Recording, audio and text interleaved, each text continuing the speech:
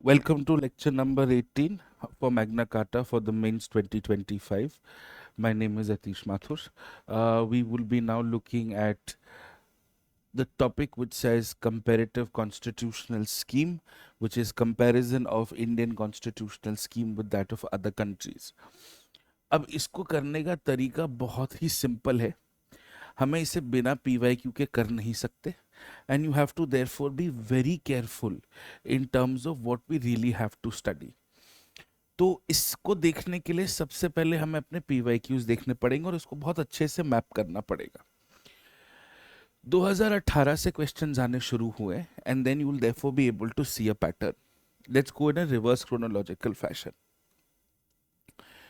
Last year 2024 there was a question comparing US and secularism.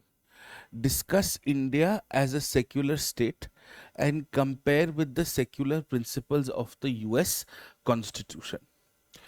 2023, compare and contrast British and Indian approaches to parliamentary sovereignty.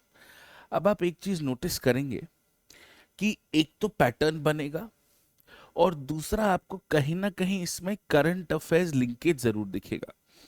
So this was regarding abortion issues that were being discussed in the US. That is why it was asked. In 2023, there was a larger question of elections that were to happen in the UK and the outcome of the same. तो इसलिए आपको वो एक comparison मिलता है. 2022 critically examined the procedures through which the presidents of India and France are elected. यहाँ आपसे पूछा जा रहा है कि प्रेसिडेंट्स कैसे इलेक्ट हो रहे हैं. यहाँ ये नहीं पूछा गया है कि प्रेसिडेंट के पावर्स कंपेयर कैसे करने हैं. So 2022 France and presidential elections are asked because in 2022 both India and France had new presidents in office. 2021 analyzed the distinguishing features of US of the notion of equality in the constitutions of US and India. This is in the context of the Black Lives Matter movement that had gained a lot of traction in the United States. In 2022, the judicial systems in India and the UK seem to be converging and diverging in recent times, highlight the key points of convergence and divergence between the two nations in terms of their judicial practices. This is when the UK Supreme Court had overturned a prorogation order which was issued by the monarch of England, therefore raising larger questions on parliamentary supremacy as it exists in the UK. तो उस context में ये question था. 2019 when the Notre Dame Cathedral was badly attacked in France and there were amendments that were made to the hijab law. What can France learn from the Indian constitution's approach to secularism? This is also around the Sabrimala debate in India. So there was commonality on both fronts. 2018, India and US are two large democracies. Examine the basic tenets on which the two political systems are based. तो अगर आप एक चीज notice करेंगे आपको देखने को मिलेगी वो ये है कि एक पैटर्न बन रहा है. US UK France, US UK France. यहां पे सच कुछ नहीं दिख रहा है. तो इसका मतलब यूएस ऑलरेडी यहां पूछ चुके हैं, but there is a good chance इस पैटर्न को रिपीट करना हो. अगर इस पैटर्न को हम काउंट करें तो यूएस आ सकता है. दूसरा हमें करंट के कॉन्टेक्स्ट में देखना है, तो करंट के कॉन्टेक्स्ट में या तो यूएस होगा या तो फ्रांस बैठेगा इस पैटर्न को भी मिला के. और दोनों में इलेक्शंस देखने को मिले हैं, US presidential elections and French assembly elections. यहां पे आपको रेपिटेशन जनरली नहीं मिलता है. So if they asked presidential elections here तो ये हो सकता है कि शायद ये बेयर मिनिमम चांस रिपीट हो जाए, या ऑफिसेज ऑफ यूएस और इंडिया के प्रेसिडेंट्स को कंपेयर करने को बोले, या प्रेसिडेंशियल वर्सेस पार्लियामेंट्री फॉर्म पूछ सकते हैं, या फिर they can ask a theme from any of these countries which is not being repeated, like separation of powers, like federalism. तो उसी हिसाब से मैंने इस साल के जो मैग्ना कार्टा के नोट्स हैं वो इसी हिसाब से मैंने स्ट्रक्चर करे हैं मेंस के लिए. To keep in mind this sort of a broad not a very clear pattern as such, but some hint that we can work on. So, from a current affairs point of view, we think US and France could be a priority.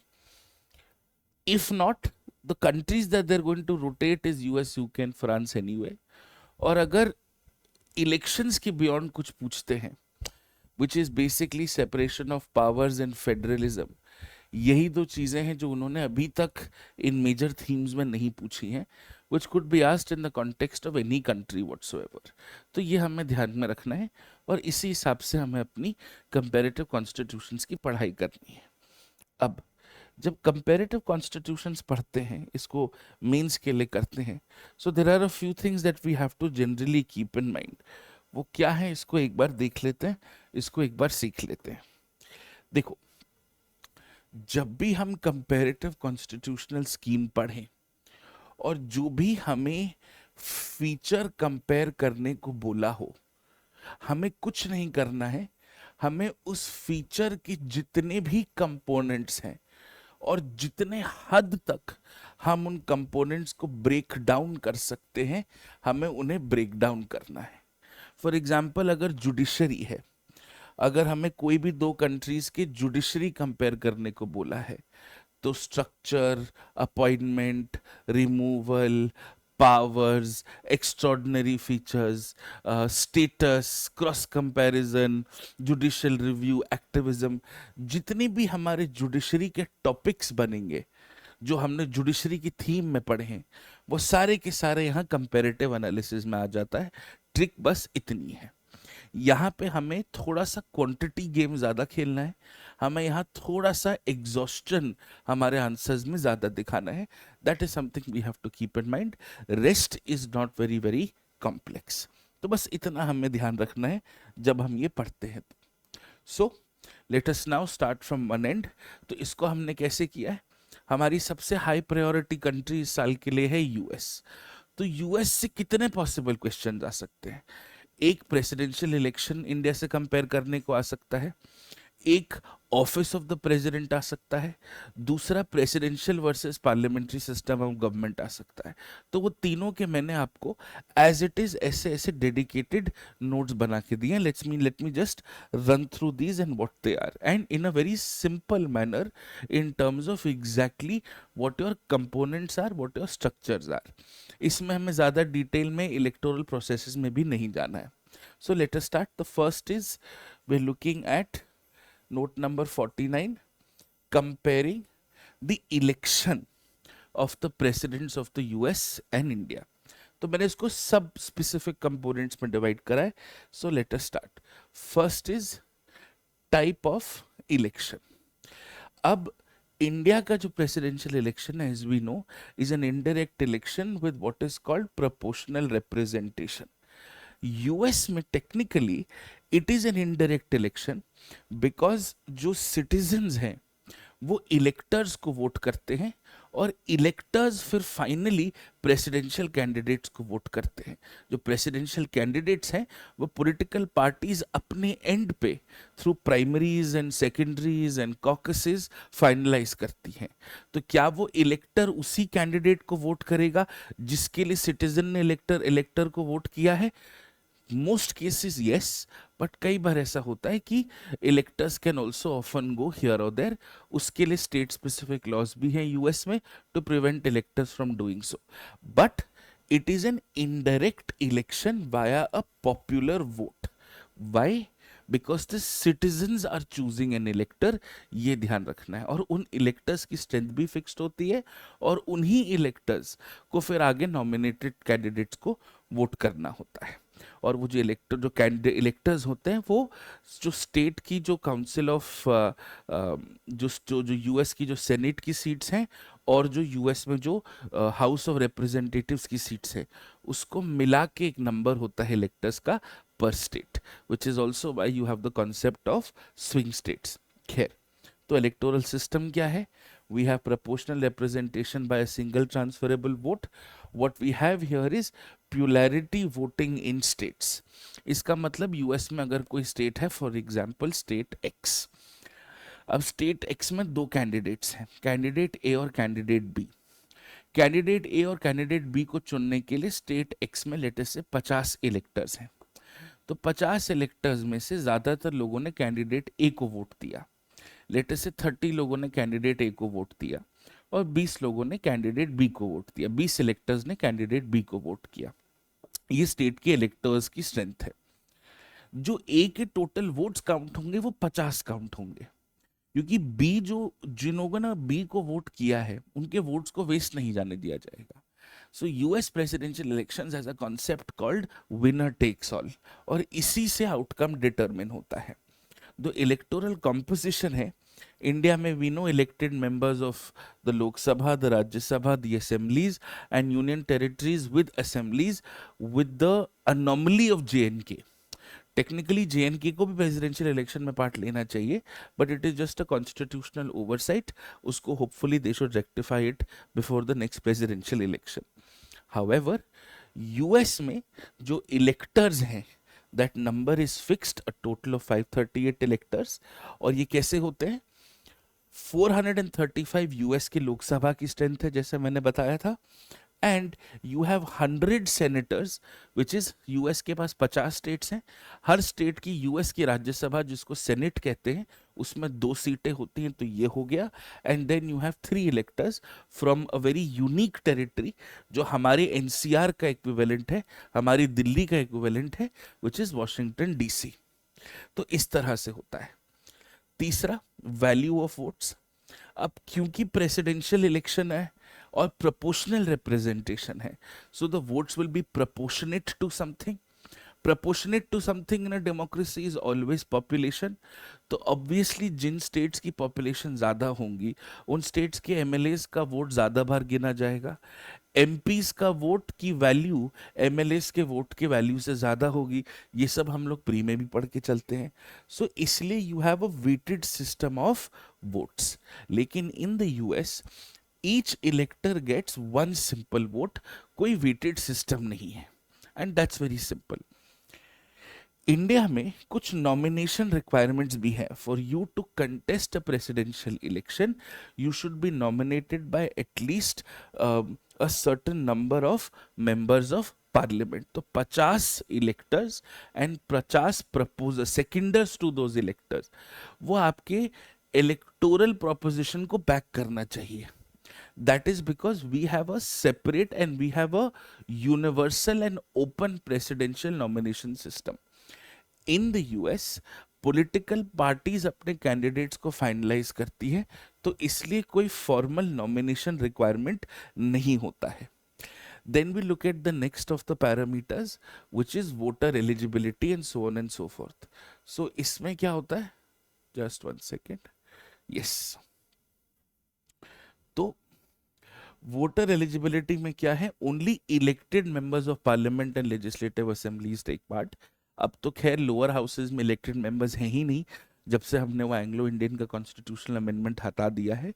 But Rajya Sabha के जो nominated members हैं literature, art, science और social service से, वो लोग presidential election में part नहीं लेते हैं।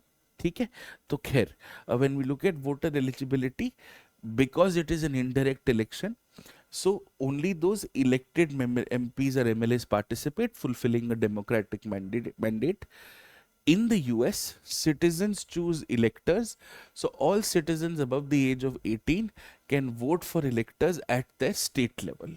और यहाँ पे थोड़ा सा आपको फेडरल इंसाइट भी मिलेगी, where US presidential elections tend to be more federally sensitive than Indian presidential elections, because at the end of the day, the value of votes of members of parliament is more, and to the total number of votes that are eventually polled by the total number of MLAs, around 4000 MLAs हैं हमारे पास, 5.5 लाख आसपास उनके total vote count आता है, उतना ही हमारे 770 MPs का भी वोट काउंट आता है as per the last presidential election. Then you have a ballot type. देखो इंडिया में most elections are a secret ballot.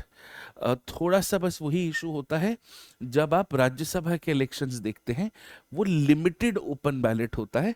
Otherwise most elections in India are a secret ballot. इसका मतलब कोई compulsion नहीं है किसी भी वोटर को अपनी वोटिंग प्रेफरेंस बताने का।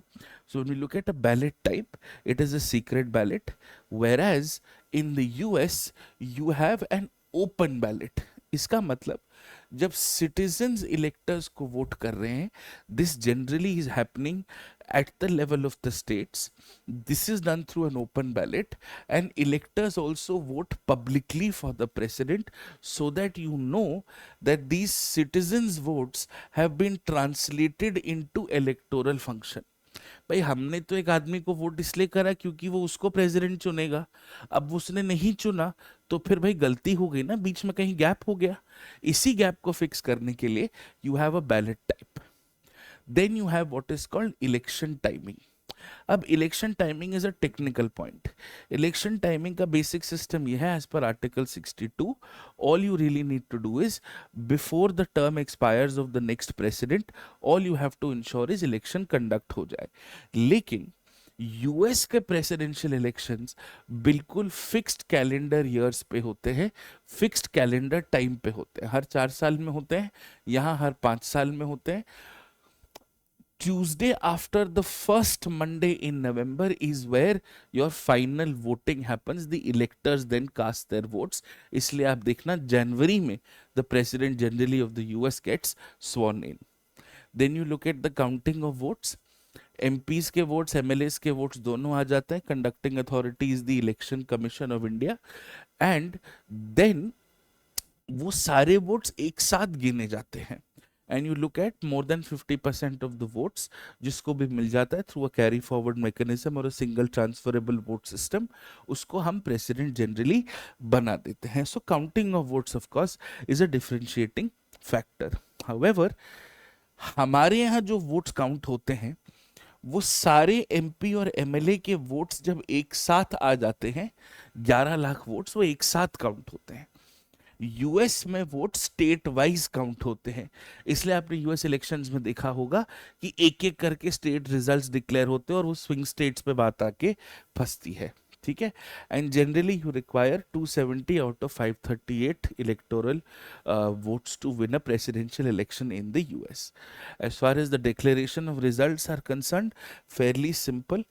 Results are declared by the returning officer, जो रोटेशन में होता है, the secretary general of the Lok Sabha और the Rajya Sabha, whereas the results in the US are declared by the lower house of the US, which is called Congress, और वो एक joint sitting होती है, joint session होता है, and it is presided over by the vice president, and the election is therefore confirmed, it is then authenticated.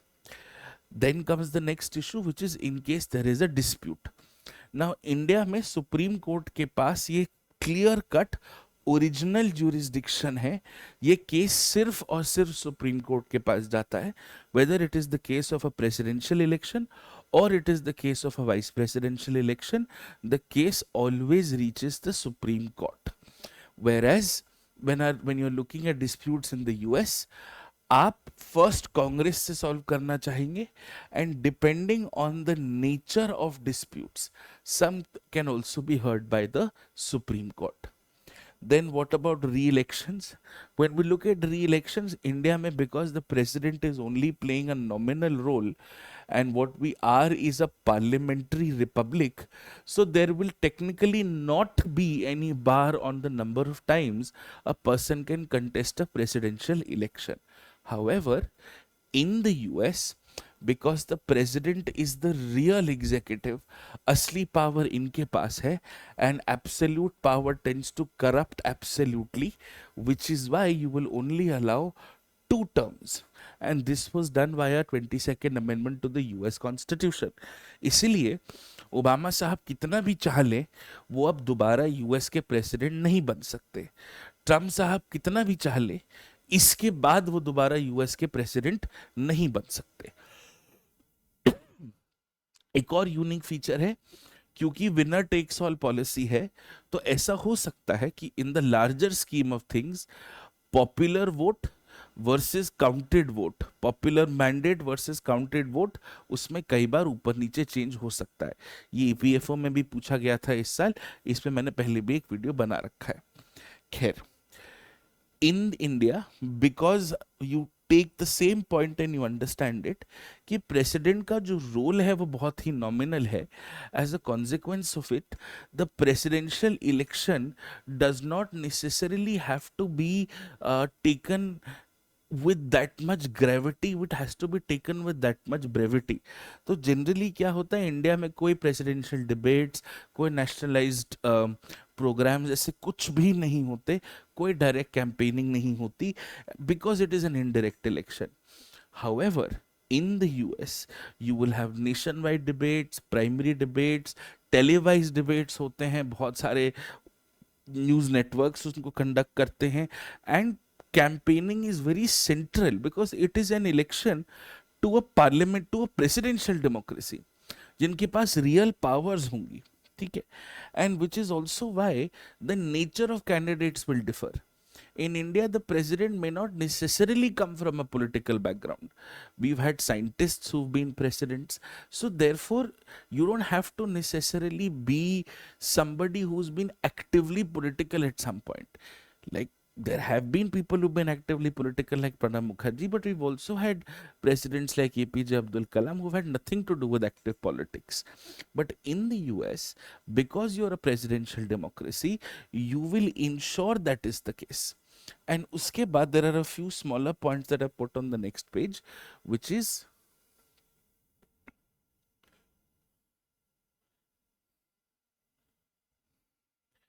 political parties का क्या role है, इलेक्टर्स कितने फेथफुल होते हैं, कॉन्स्टिट्यूशनल बेसिस क्या है, एंड कोई रीसेंट एग्जाम्पल्स जो इसमें हम ऐड कर सकते हैं। It all comes back to the nature of democracy, इसलिए हम उसी यूनिवर्स में घूमेंगे, क्योंकि यूएस और इंडिया का बेसिक पॉलिटिकल सिस्टम डिफर करता है। तो जो पॉलिटिकल पार्टीज का रोल है वो एक तरह से बैकग्राउंड सपोर्ट करने का है प्रेसिडेंशियल कैंडिडेट्स को, वो एंडोर्स भी करते हैं, और जनरली इंडिया में यही होता है कि वो प्रेसिडेंशियल इलेक्शन जीतता है जिसके पास इंडिया की मेजॉरिटी पार्टी जो सेंटर में है उनका सपोर्ट होता है। जनरली हमने यही देखा है। In the US, the political parties play a far more active role, and ये पॉलिटिकल पार्टीज ही तो अपने कैंडिडेट्स इलेक्ट चूज करती हैं through primaries, secondaries, caucuses etcetera. Now when we look at the voters and how faithful they are, see, because it is a secret vote, so technically anti-defection law will not apply because whips cannot be issued। तो इसका मतलब ये है कि क्या India के context में, because it's a closed ballot, तो टेक्निकली एक बीजेपी के एमपी उस कैंडिडेट को वोट कर सकता है जो बीजेपी को, जो जिसने बीजेपी को, जो बीजेपी जिसको एंडोर्स नहीं कर रही है, बिल्कुल कर सकता है, because it's a closed ballot. Eventually तो खैर पता चल ही जाता है थ्रू बेसिक मैथ्स की किसने किसको वोट किया है, but that's not the case. यहां पे ये प्रॉब्लम थोड़ा सा ज्यादा है। Again going back to the basics, US में सिटीजन्स इलेक्टर्स चुनते हैं और इलेक्टर्स प्रेसिडेंट चुनते हैं। तो इलेक्टर्स को उन सिटीजन्स के बिहाफ पे, उनके बिहाफ पे जो सिटीजन्स चाहते हैं, उस पॉलिटिकल पार्टी जिस भी स्टेट का वो जीते हैं, उस पॉलिटिकल पार्टी के कैंडिडेट को वोट करना होता है। तो टेक्निकली पॉसिबल है, और इसको भी रोकने के लिए कुछ स्टेट्स ने तो लॉज भी बना रखे हैं। As far as the constitutional basis is concerned, we have Articles 54 to 59. We have the Presidential Elections Act. In the US, we have Article 2, Section 1, and we've had, of course, several state laws. Recently, of course, Draupadi Murmu was elected as the President of India, and 2024 we've had Joe Biden, who was elected as the 46th President of the. This is actually, sorry, Trump was elected very recently as the President of the United States. इसको please correct कर लीजिएगा, ठीक है? इससे पहले खैर जो Biden थे। खैर, such is the case। अब इससे दो बातें क्लियर होती है, जो हमारे इन्हीं दो चीजों को आप एक लाइन इसमें से इंट्रोडक्शन में लिख लीजिएगा, और इसमें से एक लाइन आप कंक्लूजन में लिख सकते हैं. So the basic idea is the Indian presidential election, जब आप उसको आप बहुत ध्यान से स्टडी करते हैं तो आप एमएलए स्टार्ट करते हैं और फिर एमपीज तक जाते हैं, फिर दोनों के वोट साथ में गिनते हैं, साथ में चुनते हैं. तो इसमें कहीं ना कहीं एक फेडरल बैलेंस, एक प्रोपोर्शनैलिटी झलकती है. यूएस में क्योंकि आप डायरेक्ट प्रेसिडेंशियल डेमोक्रेसी का हिस्सा हो, तो सिटीजन्स की एक्टिविटी को अंडरटेक करना बहुत ज़्यादा ज़रूरी है, उसको सेलिब्रेट करना बहुत ज़्यादा ज़रूरी है. इसीलिए यूएस में सिटीजन पार्टिसिपेशन को इम्पोर्टेंस दी जाती है. एंड रिजल्ट्स, क्योंकि पॉपुलर वोट और विनर टेक्स ऑल पॉलिसी में कॉन्फ्लिक्ट हो जाता है, तो इसलिए कई बार क्या होता है कि जिसको ओवरऑल सबसे ज्यादा वोट्स मिले हैं वर्सेस उस स्टेट में उस इलेक्टर को कितने वोट्स मिले हैं, उसमें मिसमैच हो सकता है. तो इसलिए कई बार popular vote versus winner takes all, इसमें आपको कई बार कॉन्फ्लिक्ट कॉन्ट्रडिक्शन देखने को मिलता है. ऐसा हुआ भी है पहले in the case of George Bush and before also. Very very possible कि आपको वोट्स ज्यादा मिले हैं, लेकिन finally outcome of the victory has been completely different. ठीक है, सो ये हो गया.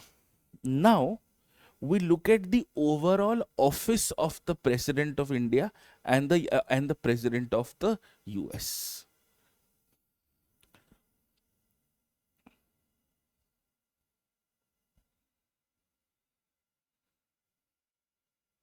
कंपेयर करते हैं. There are these few aspects. First, when we look at the constitutional role, US के जो प्रेसिडेंट, इंडिया के जो प्रेसिडेंट है वो एक नॉमिनल एग्जीक्यूटिव है, डी जोरे हेड है, ये हम पढ़ चुके हैं. यूएस के जो प्रेसिडेंट है वो रियल एग्जीक्यूटिव है. ऐसा क्यों है? क्योंकि इंडिया एक पार्लियामेंट्री डेमोक्रेसी है और यूएस एक प्रेसिडेंशियल डेमोक्रेसी है. तो इंडिया के प्रेसिडेंट का जो हमारे गवर्नमेंट में पोजीशन है is that of the head of the state. No doubt the executive powers are vested in the president. Actions are taken in the name of the president.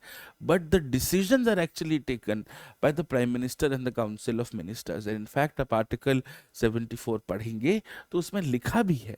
In fact, constitutional provisions are very clear that the president is bound by the advice of the Council of Ministers. ये हमने 42nd और 44th Amendment से इसको fine tune भी किया है. Whereas in the US, the president is the head of the state and the head of the government, and all powers and the decisions to be taken in the name, they're all with the president because you're a more fiercely elected office. फिर इसके आगे थोड़ा सा हम और इसके comparisons देखें. So when you look at say the election method, जो हमने ऊपर कवर करा था उसी चीज को आप यहाँ पे रिसाइकल करके लिख सकते हो, टर्म्स को रिसाइकल करके लिख सकते हो. एलिजिबिलिटी आप लिख सकते हो कि for India you have to be 35 years of age, qualified to be elected to the Lok Sabha, कोई ऑफिस ऑफ प्रॉफिट नहीं होना चाहिए, सिटीजन होने चाहिए. यूएस में you are very clear that you're a natural born US citizen. This does not mean the same thing as naturalization as per Indian citizenship law, and you should at least be 35 years old and you should have been residing ordinarily in the US for about 14 years. Oath वहां पे भी chief justice देते हैं और यहाँ पे भी, मतलब हमारे यहाँ भी चीफ जस्टिस देते हैं और वहां पे भी चीफ जस्टिस देते हैं. जो इंडिया का प्रेसिडेंशियल रिमूवल प्रोसेस है वो रिलेटिवली सिंपल है. हम what we look at is the toughest majority, which is special majority 4, which is more than 2/3 of the total strength of each Lok Sabha and Rajya Sabha. States do not participate, and it is never been used in the country in India's history. In the US, you have a two-layered process. एक होता है कि आप जो US का lower house है वो एक तरह से चार्जेस कंफर्म करता है, आर्टिकल्स कंफर्म करता है कि देखो इन बातों पे प्रेसिडेंट ने गलती करी है. एंड फिर जो अपर हाउस है, senate, which is the federal house, which is why federalism is deeply more ingrained in the US, उन हाउस उन चार्जेस पे एक प्रॉपर इंक्वायरी, एक प्रॉपर प्रोसेस कंडक्ट करता है. The senate becomes like a trial court, which is why it is a very exhaustive process. और कई बार हुआ है कि यूएस के प्रेसिडेंट्स को हाउस ऑफ रिप्रेजेंटेटिव्स में कन्विक्ट कर दिया है लेकिन सेनेट में छूट गए. या उन्होंने पहले रिजाइन कर दिया सेनेट के वर्डिक्ट आने के पहले। तो ऐसे बहुत इंस्टेंसेस रहे हैं। Going above and beyond, powers में क्या फर्क है? When we look at our executive powers, हमारे यहाँ executive powers, as I was telling you, is on the aid and advice of the council of ministers, और हम की अपॉइंटमेंट्स करते हैं। हालांकि यहाँ पे फुल एग्जीक्यूटिव पावर्स हैं। इनफैक्ट यूएस में काफ़ी टाइम तक एक स्पॉइल्स सिस्टम भी था, जिसमें यूएस प्रेसिडेंट अपने मन से जिसको चाहे, जिस पोस्ट पे चाहे, अपने कोर, जैसे हमारे यहाँ कैबिनेट होता है, उनके वहाँ सेक्रेटरी ऑफ स्टेट वगैरह होते हैं, उनको अपॉइंट कर सकते हैं। इंडिया में क्योंकि president becomes a political and cannot have the membership of any political party whatsoever, so they will also perform certain legislative functions. They are a part of the legislature but not a member of it. तो हमारे यहाँ houses को समन करना, prorogue करना, joint sessions address करना, bills को ascend करना, ये सारे काम हैं। यूएस प्रेसिडेंट के पास रिलेटिवली लेजिस्लेटिव पावर ज्यादा है। They can sign and veto bills, उनके पास डायरेक्ट पावर ज्यादा होती हैं। They can convene special sessions of the Congress, and एक State of the Union address होता है, जैसे हमारे यहाँ मोशन ऑफ थैंक्स होता है, उसी से वेरी सिमिलर वो भी president of the US deliver करता है। Then there is a distinct difference in terms of what the veto powers are. हमारे यहाँ क्या है? मैक्सिमम सस्पेंसिव वीटो एक तरह से है कि आपने बिल रख लिया एंड देन अगर दो बातें, या तो आपने रिजेक्ट कर दिया नॉर्मल बिल पे, अगर वो वापस आ गया तो आपको हाँ बोलना ही पड़ेगा, that is basically a suspensive veto. या आप तब तक लेके बैठ गए कि भाई बिल की डेथ हो गई, विच इज पॉकेट वीटो। ये दोनों टर्म्स कॉन्स्टिट्यूशनली रिकग्नाइज नहीं है। बट मनी बिल्स के केस में कोई वीटो नहीं होता। आपको या तो बिल एक्सेप्ट करना है, या तो आपको बिल सीधा सीधा रिजेक्ट करना है। आप मनी बिल्स में आप रिटर्न नहीं कर सकते, because it is a counter cyclical process. In the US they have what is called a proper regular veto, and ये 10 दिन के अंदर चाहे तो प्रेसिडेंट एक्सरसाइज कर सकता है। There is also something called a line item veto, जो यूएस के सुप्रीम कोर्ट ने अब स्ट्राइक डाउन कर दिया है, जिसमें वो एक लॉ के कोई स्पेसिफिक पार्ट को, जिसको हमारे यहाँ डॉक्ट्रिन ऑफ सेवरेबिलिटी भी कहते हैं, वो यूज कर सकते थे। Then there is a difference of judicial powers. हमारे यहाँ सुप्रीम कोर्ट, हाई कोर्ट जजेस को अपॉइंट किया जाता है। हमारे यहाँ डेथ पेनल्टी से लेके यूनियन लॉज से जितने भी पार्डन, ये सब पनिशमेंट्स निकलती है, उसमें प्रेसिडेंट पार्ट लेते हैं। वहाँ पे फेडरल जजेस का पूरा नॉमिनेशन प्रेसिडेंट करते हैं post Senate confirmation, and they can also give proper pardoning on reprieve powers, जो अभी रिसेंटली न्यूज में भी था, because the outgoing president had pardoned a relative of his in the US, sparking a lot of debate. ये थोड़ा सा current affairs में भी न्यूज में रहा है। अबव एंड बियॉन्ड दिस, क्या इमरजेंसी पावर्स है, क्या एक्स्ट्रॉर्डनरी पावर्स हैं, इनको भी देख लेते हैं। हमारे यहाँ president national emergency, state emergency और फाइनेंशियल इमरजेंसी प्रोक्लेम करते हैं। इन द यूएस आप इमरजेंसी ऐसा शब्द नहीं देखेंगे। You will often see imposition of the federal guard और द नेशनल गार्ड, इस तरह से है। And they have a dedicated law called the national emergencies act. उनके कॉन्स्टिट्यूशन में इमरजेंसी नाम की कोई चीज़ नहीं लिखी है, तो ऐसा कोई डायरेक्ट स्पेसिफिक सिमिलर प्रोविजन नहीं है। बट हाँ, in a war and crisis they can induce something like this. In fact, the governor of the US also can, because there they are federally more enhanced than we are. In terms of military powers, हमारे यहाँ हमारे president armed forces के military commander हैं, and therefore supreme commander of the armed forces, but the war decisions are taken by the cabinet committee on security. But in the US, because you are a more fiercely elected office, you are a presidential democracy, technically powers आपके पास हमेशा ज़्यादा होंगी। So the US president is also the commander in chief with actual decision making powers regarding military deployment and actions. Then you have something called foreign affairs. अब foreign affairs में हमारे यहाँ president generally represent करते हैं, but they work on the advice of the council of ministers, and treaties sometimes have to be ratified by the parliament. in the US, the president of the US leads their foreign policy, has active signing, treaty signing powers. Some of those have to be ratified by the Senate. जैसे हमारे यहाँ जब वो nuclear 1 2 3 deal हुई थी, and it is the president of the US which will recognize foreign governments and how would they want to deal with them. तो कई बार आपने देखा होगा वो नॉर्थ कोरिया से बात कर रहे हैं, इधर बात कर रहे हैं, उधर बात कर रहे हैं. So all of those things are there. हमारे यहाँ ऑर्डिनेंस पावर है, यहाँ कोई भी ऑर्डिनेंस पावर नहीं है. Legislative powers are strictly with the congress of the united states. Then we look at certain discretionary powers. हमारे यहाँ सिर्फ और सिर्फ सिचुएशनल डिस्क्रेशन है. There is no other form of discretion that has been given to the President of India. But in the US, you will have broad discretionary powers specifically for foreign policy and military. When we look at succession, यहाँ पे थोड़ा सा difference है. Vice President is an acting president until the new president is elected. यहाँ पे Vice President जो remaining tenure होता है, उसके लिए president बन जाते हैं.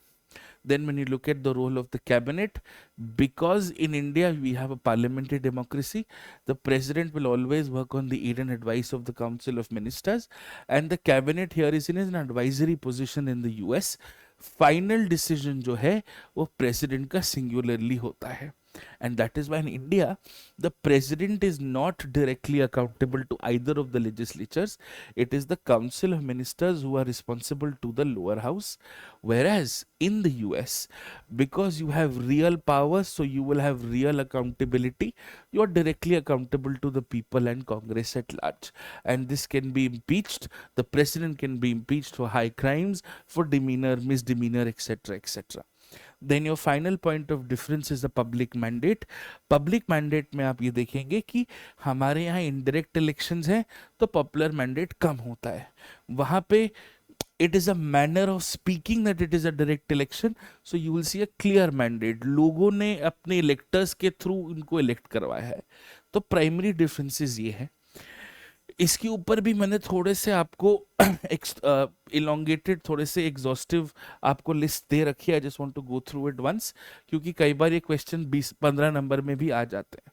So are we clear on this? Are we fine with this? Good. Now once this is all you need as far as your US presidential elections, US president and Indian president is concerned. Now we would be looking at a comparison of the form of government, which is presidential and parliamentary. You will again see a lot of rotation of points. So let's start. Form of government, parliamentary democracy, presidential democracy. Constitutional basis, हमारा Westminster form of government, we've had the British rule, and part 5 and 6, article 74-75. US Constitution came into force in 1789. US was independent in 1776, and articles 1 to 3 very clearly talk about this and are very specific about separation of powers.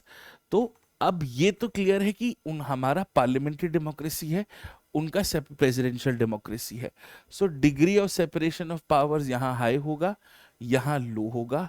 यहाँ parliamentary accountability ज्यादा high होगी, यहाँ थोड़ी सी कम होगी, because autonomy हमने president को ज्यादा दे रखी है. It is in that larger context that everything else follows. तो let us now look at the rest of the points. हमारे यहाँ डुअल एग्जीक्यूटिव है. We have the president and the prime minister in a manner of speaking. Of course, the real power lies with the prime minister. वहाँ पे single executive है, ये point हम cover कर चुके हैं. Because हम एक parliamentary system है, the executive is a part of the legislature. Because here you have high separation of powers. The executive is very, very different from the legislature. It's a separate organ altogether. And therefore, the prime minister here in our country is elected by the ruling party. वो आ किसी भी house से सकते हैं, but it has to be sanctioned by the ruling party. Directly prime minister का India में election नहीं होता है. इंडिया में प्रेसिडेंट का इलेक्शन इनडायरेक्टली इलेक्टोरल कॉलेज से होता है. That is a different problem. जब हम इलेक्टोरल डायनेमिक्स पढ़ते हैं तो हमने सीखा है कि आजकल हमारे जो पार्लियामेंट्री इलेक्शंस हैं उसमें बहुत ही पर्सनैलिटी वाला फ्लेवर आ गया है। एक नेशनल फिगर प्रोजेक्ट किया जाता है कि ये हमारे प्राइम मिनिस्टर होंगे, तो आप इनको अपने एमपी चुनिए ताकि ये हमारे प्राइम मिनिस्टर बन सके। To my mind this goes against the very ethos of what a parliamentary democracy is and should be. मतलब हम एक पार्लियामेंट्री डेमोक्रेसी में एक प्रेसिडेंशियल फ्लेवर ऑफ इलेक्शंस लेके आ रहे हैं, जो इंडिया के वोटिंग इथॉस में थोड़ा सा प्रॉब्लम है। यूएस में प्रेसिडेंट का इलेक्शन कहते डायरेक्टली है but it's through electors, is done through an electoral college based on popular vote. India में जो हमारे प्राइम मिनिस्टर हैं वो जब तक उनके पास लोकसभा की मेजोरिटी है तब तक वो प्राइम मिनिस्टर है, कोई टर्म कहीं पे भी मेंशन नहीं होता। लेकिन वहां पे ऑफ कोर्स एक फिक्स्ड 4 साल का टर्म है और 2 कंसेक्यूटिव टर्म्स ये हम कर चुके हैं। इसके अलावा प्राइम मिनिस्टर और काउंसिल ऑफ मिनिस्टर्स को अगर आपको निकालना है तो आप नो कॉन्फिडेंस मोशन लोकसभा में ही और सिर्फ लोकसभा में पास कर सकते हैं। राज्यसभा का लिमिटेड रोल है, because while we are a parliamentary democracy we are also a slightly unitary federal country, because of which the Lok Sabha has more powers than the Rajya Sabha. वहां आप देखेंगे सेनेट फाइनली कंफर्म करता है प्रेसिडेंट को निकालना है कि नहीं निकालना है, सेनेट ट्रीटीज रेटिफाई करता है, सेनेट सुप्रीम कोर्ट के जजेस के अपॉइंटमेंट्स कंफर्म करता है। यहां ऐसा नहीं है। अगर आपको मिनिस्टर्स को निकालना हो तो मिनिस्टर्स प्राइम मिनिस्टर के कहने पर आप मिनिस्टर्स को निकाल सकते हैं वाया द प्रेसिडेंट, या फिर आ, आप पूरा का पूरे चंक को निकालना चाहते हैं तो फिर आपको नो कॉन्फिडेंस मोशन लाना पड़ेगा। Now in the US the president can only be removed through an impeachment. तो दैट इज वाई हमारे यहाँ स्ट्रिक्ट सेपरेशन ऑफ पावर्स नहीं है। ये हम अपनी प्रीवियस थीम में भी पढ़ चुके हैं। हालांकि वहाँ पे बहुत ही स्ट्रिक्ट सेपरेशन ऑफ पावर्स है जो टेक्निकली होना भी चाहिए। अपार्ट फ्रॉम दिस, बिकॉज हम पार्लियामेंट्री सिस्टम है तो कैबिनेट इज कलेक्टिवली रिस्पॉन्सिबल। यहाँ कैबिनेट का मतलब वो सुपर इंपॉर्टेंट मिनिस्टर्स नहीं है, या जनरल मतलब होता है council of ministers is an interchangeable term. यहाँ पे भी हम कहते हैं so they are collectively responsible, but क्योंकि यहाँ सेपरेशन ऑफ पावर्स हाई हैं तो cabinet is not accountable to the Congress. Parliamentary system में जनरली जो लीडरशिप स्टाइल होता है वो कोलिजियल होता है। आप हमेशा देखते होगे द कैबिनेट हैज डिसाइडेड। हमारे यहाँ थोड़ा सा एक इंडिविजुअलिस्टिक फर्वर देखने को मिल सकता है, but it is always a collective decision. तभी तो कहते हैं a decision of one minister is the decision of all ministers put together. तो ये कोलिजियल सेटअप है as a group. But presidential systems में आपको एक single point of decision making authority दिखेगी। हमारे यहाँ, and this is also because of the nature of our opposition and how constructive they have been and generally the health of our democracy, what ends up happening is most of the legislations are initiated by the executive. Most of them are government member bills. आज तक हमारी history में 15 से ज्यादा private member bill तो पास ही नहीं हुए हैं। On the other hand, in the US executive directly introduce कर ही नहीं सकता, because executive is not a member of the Congress. तो उन्हीं की पार्टी का कोई मेंबर कोई बिल कांग्रेस में इशू इंट्रोड्यूस कर सकता है या सेनेट में इंट्रोड्यूस कर सकता है। and that is why in a parliamentary democracy you will see the legislature will always have an upper hand. आप सवाल पूछ सकते हो, डिस्कशंस कर सकते हो, अमेंडमेंट्स प्रपोज कर सकते हो, and that is why you will see in a parliamentary democracy there is greater accountability of our ministers. But in a presidential democracy, though there are institutional checks, veto है, judicial review है, congressional oversight है, but जितनी vitality से हम कर सकते हैं वो नहीं कर सकते। अनफॉर्चुनेटली हमारा यहाँ प्रॉब्लम क्वालिटी का है, यहाँ प्रॉब्लम एक आर्किटेक्चरल डिजाइन का है। And as far as political parties is concerned, हमारे यहाँ तो we have also enacted the anti-defection law, so the role of political parties is very very strict.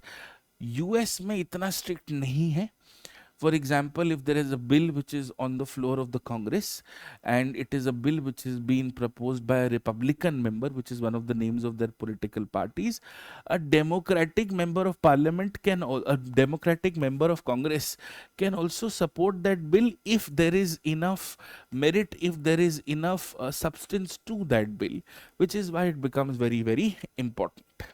ठीक है? Now, over and above this, there are some additional points जो मैं आपको पहले बता रहा था. ये है कि बाइकैमरलिज्म. अब बाइकैमरलिज्म में हमारे यहाँ तो है ही है, we have two houses, Lok Sabha and Rajya Sabha.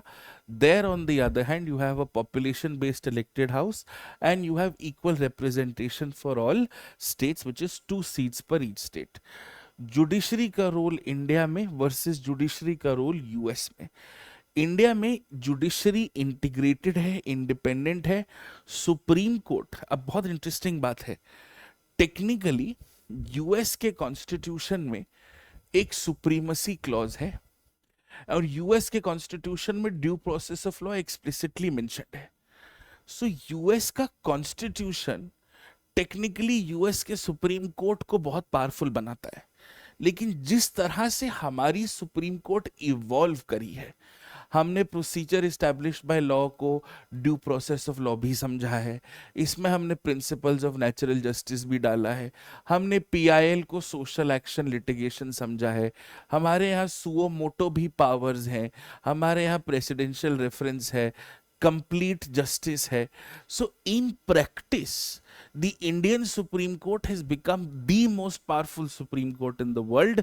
But when it all started out, on paper, it was the American Supreme Court which was considered to have the greatest number of powers and processes.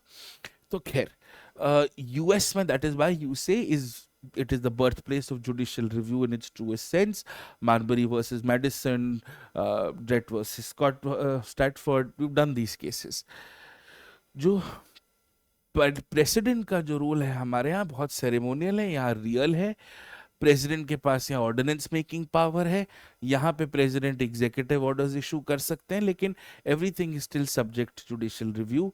वही emergency वाले power हम points rotate करेंगे कि क्योंकि हम एक parliamentary democracy है और आप अगर इमरजेंसी इंट्रोड्यूस करते हो which is nothing but a central consolidation of power, ये बात बहुत ध्यान से समझनी है. We all often associate emergency with fundamental rights, but in reality what emergency is that it is a central consolidation of power. And because it is a central consolidation of power and you are going to shift legislative tectonic plates, you will ultimately still be requiring some degree of parliamentary approval. However, you have very limited powers as you've discussed before. आप देख रहे हैं कि मैं points वही के वही rotate कर रहा हूँ, रिसाइकल कर रहा हूँ depending on the demand of the question. And that is why in a parliamentary setup, as long as you have the confidence of the Lok Sabha, you get to be the Prime Minister and the Council of Ministers. So this is technically less stable. However, you will see here there to be more stability because the President has a stronger tenure. We are definitely more accountable here, but less stable here, which brings me to flexibility. This is why, as a consequence of which, there is more flexibility in the functioning of the legislature and the executive. यहाँ पे बहुत rigid है because separation of powers जो है वो थोड़ा सा ज़्यादा strict है. And then you have the speed of decision making. आपको यहाँ पे इंडिया में या पार्लियामेंट्री सिस्टम में अगर majority है and सोने पे सुहागा अगर राज्यसभा में भी मेजॉरिटी है, दो टेक्निकली में राज्यसभा की मेजॉरिटी हम काउंट नहीं करते, बट अगर है तो फिर बात बन सकती है. अगर नहीं है तो फिर इंडिया में speed of decision making can be very very slow. If you compare it to the US, it can be slower because legislative और executive का deadlock बहुत होता है. Because they are not technically parts of each other. ऐसा बहुत बार हो सकता है कि यूएस का प्रेसिडेंट पार्टी ए से आया हो और यूएस के लेजिस्लेचर में, पार्लियामेंट में जो दो हाउसेज हैं उसमें पार्टी बी की मेजॉरिटी हो, फिर तो और भी ज्यादा बर्तन हैं तो बजेंगे ही. And then you have people's representation. हमारे यहाँ लोग एमपी को इलेक्ट करते हैं, एमपी फिर गवर्नमेंट के उन एमपीज की मेजोरिटी के बेसिस पे मिनिस्टर्स इलेक्ट होते हैं। हमारे और यूएस में लोग सीधा प्रेसिडेंट को इलेक्ट करते हैं through electors, and that is by US, UK, Canada, similar examples. Brazil, Mexico, Nigeria are similar examples of presidential systems. तो इसमें हमारा पॉइंट ऑफ एनालिसिस क्या हुआ? हमारा पॉइंट ऑफ एनालिसिस ये हुआ कि इंडिया का जो पार्लियामेंट्री सिस्टम है, it ensures executive accountability, enables a fusion of powers, but often at the cost of government stability. The US presidential system provides stability, independent executive authority, checks and balances, but can lead to deadlock between the president and the Congress. तो US के लिए हमको इतना detail में, इतना categorically ये पढ़ना जरूरी है। अब इसके बाद जो भी हमें देखना है वो हमें यूएस, यूके, फ्रांस और इंडिया का एक ओवरव्यू देना है, जो मैं आपको ऑलरेडी यहाँ पे दे चुका हूं। जैसे फॉर्म्स ऑफ गवर्नमेंट, ये दो कॉलम्स हम ऑलरेडी कर चुके हैं, इनको आप एक बार देख सकते हैं। सिमिलरली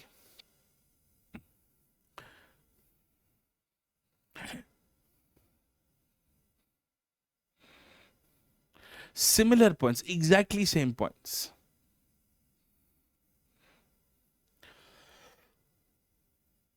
फेडरलिज्म कि इंडिया, यूएस, यूके और फ्रांस के फेडरल प्रिंसिपल्स में क्या फर्क है। फॉर्म्स ऑफ गवर्नमेंट तो हमने कर लिया। I would want to focus a little bit more on federalism, वो वाला पॉइंट्स तो हम ऑलरेडी कवर कर चुके हैं। So will now move to MCM number 52। इससे पहले वाले के हम ऑलरेडी हाफ कवर कर चुके हैं। यूके और फ्रांस आप एक बार गो थ्रू कर सकते हैं, then we will go through federalism and separation of powers, and also just briefly look at judiciary across these 4 countries.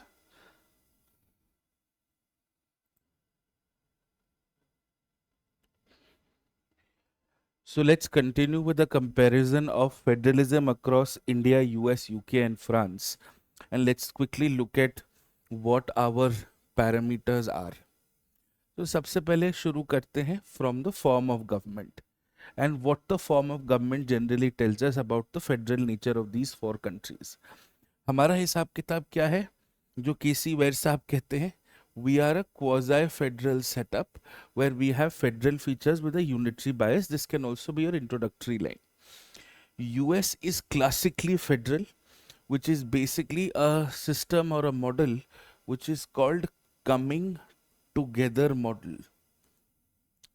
UK is unitary and has devolved certain powers to the constituent units of UK, like Scotland, like Wales, like Northern Ireland. And France is fundamentally unitary. When we look at the constitutional structure, we have a written constitution. So if you look at the essentials of federalism, written constitution, independence of judiciary, judicial review, separation of powers, vertical, horizontal, वही point से आप comparison draw कर सकते हो, the whole features argument that I had told you earlier. So part 11 generally tells you about the federal structure. US also has a written constitution and has a very strong federal structure where the states tend to have more powers than the center. UK, because it is unwritten, so whatever arrangements would be there between the central authority and the constituent units would be determined by the parliament through ordinary laws. And as far as France is concerned, which also has a written constitution, it does not have the concept of giving federal provisions to its units. Now, when we look at the level of government, हमारे पास states हैं, union territories हैं, and of course union है. We've had special provisions for JNK, which is now a union territory. इसके साथ साथ, if you look at Article 371, we have special provisions for a lot of other states also. We've also had previously, from a developmental angle, special category states, etc., which provide for some degree of focused attention. US, on the other hand, has a federal level, which is the national level, states, and has local authorities. Federal, हमेशा ध्यान रखना, federal is a term that you use for a country which has 2 layers of government. UK, on the other hand, is central, and France, of course, is central, and then you have certain regions which will have some governing authorities. So, जो constituent units हैं, हमारे यहाँ state sovereign नहीं होते, हमने citizenship में भी पढ़ा है. We are not a citizen of any state of the country, we are a citizen of India. And the states have no role to play fundamentally and substantively in determining their boundaries. States also do not have the power to secede from the Indian Union. इसलिए जो बहुत एक common line use होती है that India is an indestructible union of destructible states, वो यहाँ लगती है.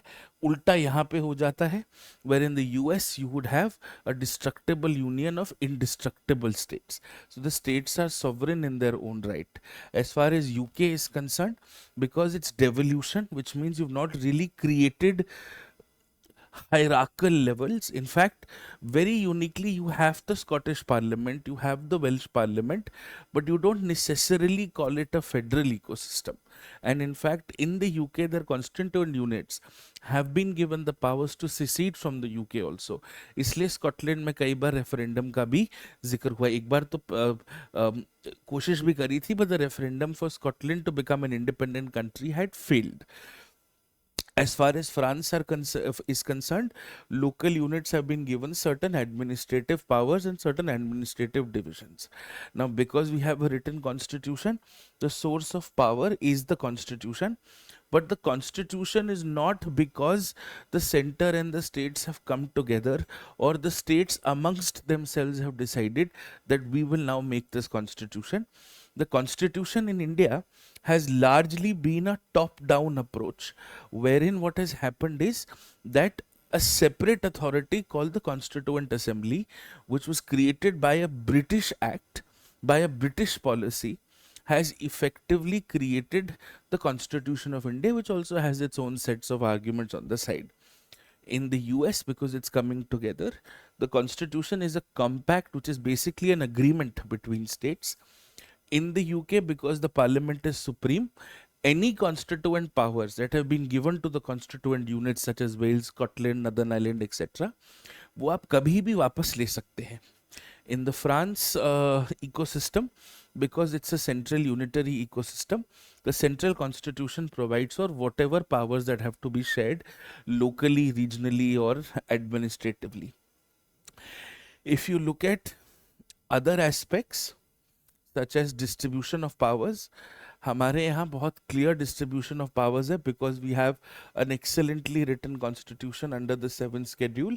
In the US, again, you have what are called enumerated powers. The difference is, in India, residuary powers are with the union.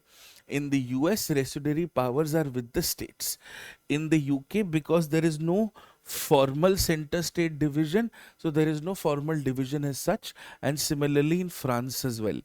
As far as residual powers are concerned, I've given you a separate point for this.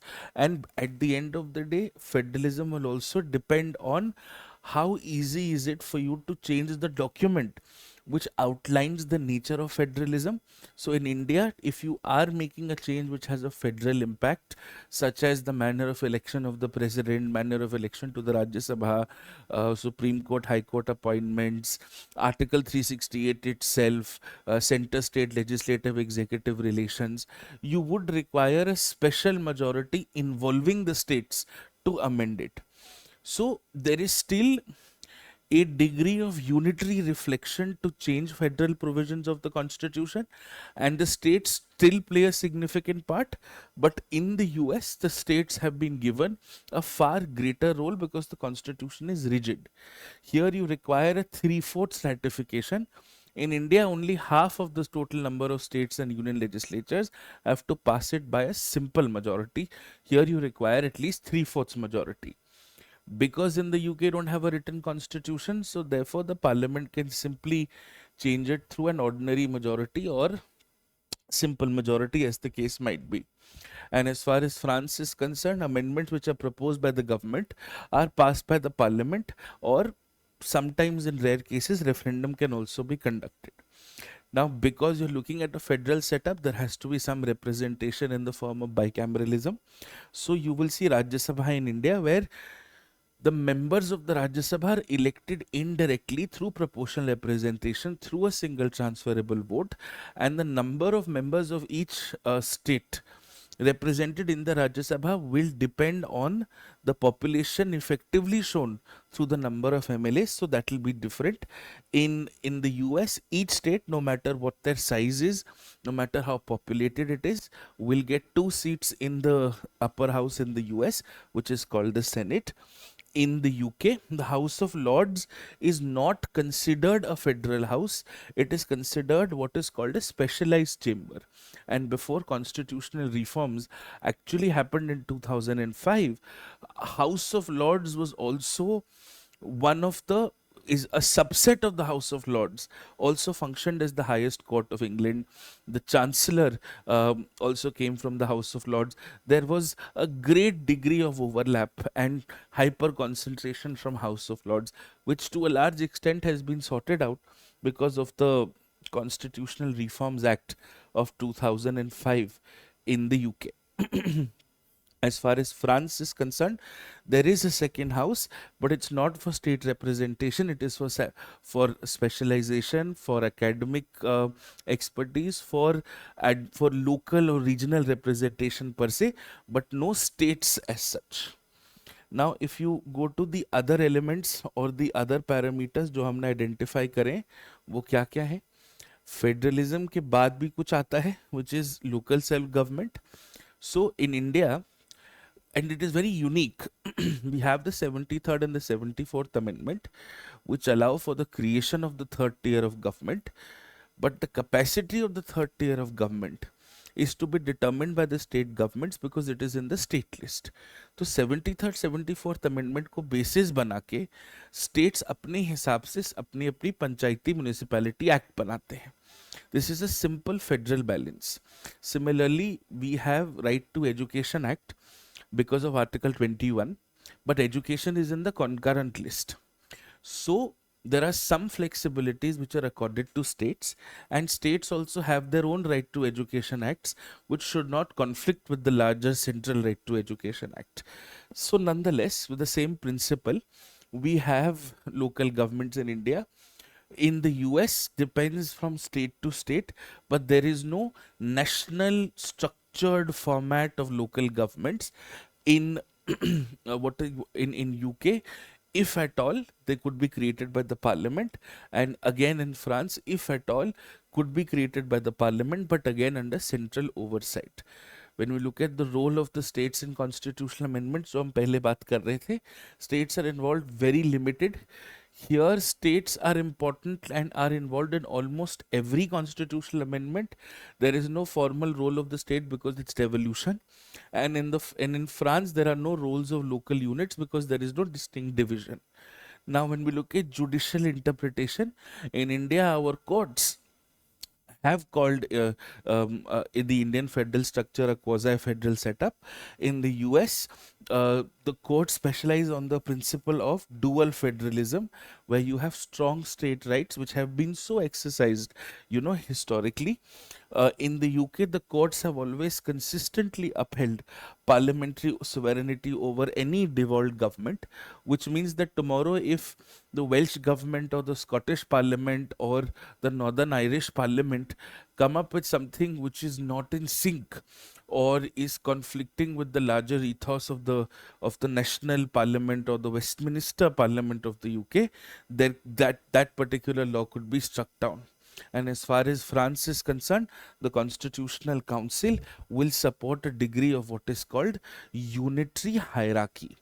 Now, there are also emergency provisions that we must know. When we look at emergency provisions, you will see in India, we have very specific allocated articles जो हमने discuss कर रखा है. In the and these articles, as I was telling you, is a central consolidation exercise, especially in the case of Article 356, जहाँ पे आप ना सिर्फ स्टेट लेजिस्लेचर को सस्पेंड कर सकते हो, आप उन्हें डिसॉल्व भी कर सकते हो if the need might be. When you look at the US, on the other hand, there is absolutely no provision whatsoever, none whatsoever, for the suspension of federalism in the US. When you look at, let us say, UK, emergency which is declared by the parliament, there is no qualms, there are no ifs and buts about it, and there is no, the devolved governments or the devolutionary governments cannot override it. And in France, the president can declare an emergency but centralizes power in a temporary fashion, which means that अगर France में कभी भी war या crisis कुछ हुआ, it is of a very temporary nature, and the French parliament and the French constitution is very particular about it. And in India, we have a very strong sense of fiscal federalism, a dedicated finance commission, now a GST council, which looks at allocation of taxes and sharing of revenue respectively. In the US the states and the centre दोनों के पास tax share करने की power है and independent है, and the states will have a very large chunk of financial corpus to deal with. India, the states are dependent on the center for financial prowess. In the US, it is the exact opposite, right? Similarly, when you look at UK, your devolved governments or your local governments will generally depend heavily on central transfers like India. Such is also the case with France. And then you look at certain examples जो मैंने आपको यहाँ दे दिए, center state on citizenship, center versus states on citizenship amendment, some states had rejected it, GST compensation, farm laws, all the federal issues that we've discussed generally, the civil war that happened in 61 to 65 in terms of abolition of slavery. Then we'd also had issues of abortion, where the Supreme Court had to intervene because state laws were not uniform. UK has had issues of Brexit, has had issues of Scottish referendums. In France, we've had the issue of Yellow Vest protests, which is basically a problem with what the central government was deciding in terms of autonomy given to regional governments. तो इससे थोड़ा answer में specificity आता है. And then I've given you the nature of it. India is cooperative, asymmetric, and centralizing. US is competitive, symmetric, and constitutionally entrenched. UK is devolutionary, flexible, and therefore revocable. And France is unitary with administrative decentralization. इसके बाद आपको मैंने closing remarks दे दिए. India has a very unique setup. US is a classic federal system, UK is a unitary system with devolved governance, and France is a strongly centralized unitary state जो हमको अच्छे से आना चाहिए. So this is something that I wanted to just generally cover. इसके बाद these are in my view the most important topics that should come in the exam. But over and above this, I've also given you two more comparative tables. One is on separation of powers, which is again recycling similar points, which is parliamentary democracy, presidential democracy, nature of federalism, nature of the executive, and उन्हीं चीज़ों को हमने recycle करके दोबारा लिखा है. We've used the same points so that you don't have to think of new things to write. This is India, US, UK, and France. And then I have done a very similar setup for our judiciary also. Though chances of judiciary being asked are extremely low as far as this means is concerned, because it was asked very recently. But again, the same thing, the structure, the format, the powers, and so on and so forth. और news में भी रहा नहीं है इतना recently, but तब भी just to cover things, मैंने एक जगह आपको ये लिख के दे दिया है. Nothing more than that has to really be done. And इसको आप एक बार देख सकते हैं. This is already there within the notes with you. जो इम्पोर्टेंट था इसमें से यूएस के सारे एस्पेक्ट्स और फेडरलिज्म जो मुझे लगता है हर हालत में आने के चांसेस ज़्यादा हैं, वो मैंने आपको डिस्कस भी कर दिए, given you the framework also. इसी को रोटेट करके हमको चारों चीज़ें एक बार रिवाइज करके जाना है. So this takes care of comparative constitutions. Closure theme में 2-3 टॉपिक्स हैं जो fundamental duties, transformative constitutionalism and morality, मैं भी आपके साथ थोड़ी देर में डिस्कस कर लेता हूँ. But largely this is what the ecosystem is. Thank you and see you in the next one.